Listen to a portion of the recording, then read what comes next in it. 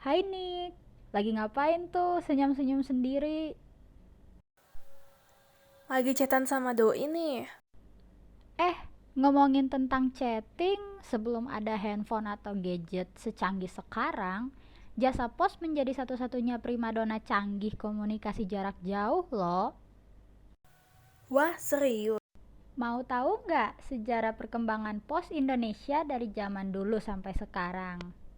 Mau dong. Nah, kalau gitu, ayo nanti hari Sabtu kita jalan-jalan ke Museum Pos. Gasken. Kalian udah tahu apa aja nih tentang Museum Pos Indonesia? Kalau letaknya pasti udah tahu kan, di Jalan Cilaki nomor 73 Bandung, Jawa Barat. Tepatnya di sebelah Gedung Sate loh. Jadi, museum ini merupakan gedung bersejarah dengan tampilan arsitektur khas masa Renaissance. Tahu gak sih, museum ini udah berdiri sejak zaman Hindia Belanda loh, tepatnya pada tahun 1931. Peletakan batu pertama gedung Museum Pos Indonesia dilakukan pada tanggal 27 Juli 1920 oleh Johanna Kettenkops, putri sulung dari wali kota Bandung bersama Petronella Roelofsen. Gedung ini dirancang oleh J. Berger, seorang maestro Belanda di bidang arsitektur. Ia bekerja bersama Lutz Gobodiens. 11 tahun kemudian, tepatnya pada tahun 1931, museum ini akhirnya resmi juga dibuka. Ketika pertama didirikan, gedung ini berfungsi sebagai kantor pusat pos di Indonesia. Akan tetapi, karena perubahan kebiasaan masyarakat yang lebih memilih alat komunikasi canggih, gedung ini berubah menjadi salah satu museum bersejarah di Indonesia. Pada masa revolusi Indonesia, perjuangan merebut gedung ini menjadi kisah yang sangat heroik. Ketika Jepang telah menyatakan takluk kepada Amerika dalam Perang Dunia Kedua, pihak penguasa Jepang menyerahkan semua asetnya hanya kepada sekutu, bukan kepada pihak lain termasuk pemerintah Republik Indonesia. Namun, para pemuda yang terdiri dari Angkatan Muda Pos, Telegraf, dan Telepon atau disingkat AMPTT menuntut Jepang untuk menyerahkan kekuasaan atas PTT. Dengan terpaksa, Jepang akhirnya menyerahkan gedung tersebut kepada AMPTT pada 27 September 1945. Sayangnya, sejak perpindahan kekuasaan Indonesia dari pihak Belanda ke Jepang, Museum Pos beserta koleksi benda pos yang ada di dalamnya tidak terawat baik.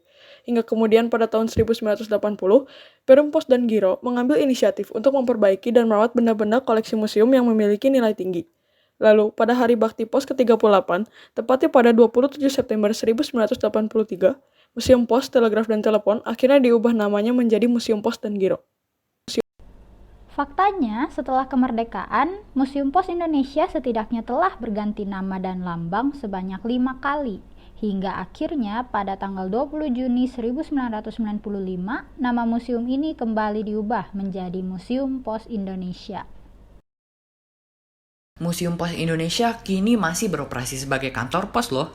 Tanya itu, gedung ini juga dijadikan sebagai objek wisata bersejarah dengan gaya arsitektur yang khas, di mana gaya arsitekturnya mengarah pada bentuk desain Indo-Eropa yang memadukan wajah timur dan barat. Museum ini juga mengingatkan kita pada gaya arsitektur Italia, yaitu masa Renaissance, di mana arsitekturnya cenderung mengkombinasikan antara bentuk-bentuk simetris, kubah berpilar, dan tiang-tiang yang dapat terlihat pada serambinya. Skala yang digunakan juga tinggi, sehingga bangunan museum terkesan megah dengan langit-langit yang tinggi, terlebih dihiasi dengan banyak jendela yang lebar. Seperti bangunan khas Eropa pada umumnya yang memiliki lantai atas, Museum Pos Indonesia terdiri dari 2 lantai. Lantai pertama merupakan aula, sedangkan lantai kedua merupakan ruang bawah tanah yang berisi benda-benda koleksi.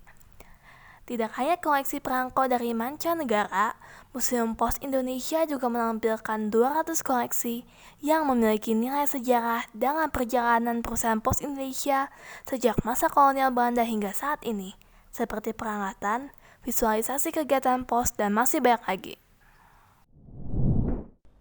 Nah, itulah penjelasan mengenai Museum Pos Indonesia serta gaya arsitekturnya yang sangat khas. Bagaimana, menarik untuk dikunjungi, bukan? Dengan banyaknya koleksi sejarah yang ada dan arsitektur gedung yang dapat kita nikmati, diharapkan kita dapat lebih mengenal sejarah pos di Indonesia. Oleh karena itu, mari kita berkunjung ke Museum Pos Indonesia.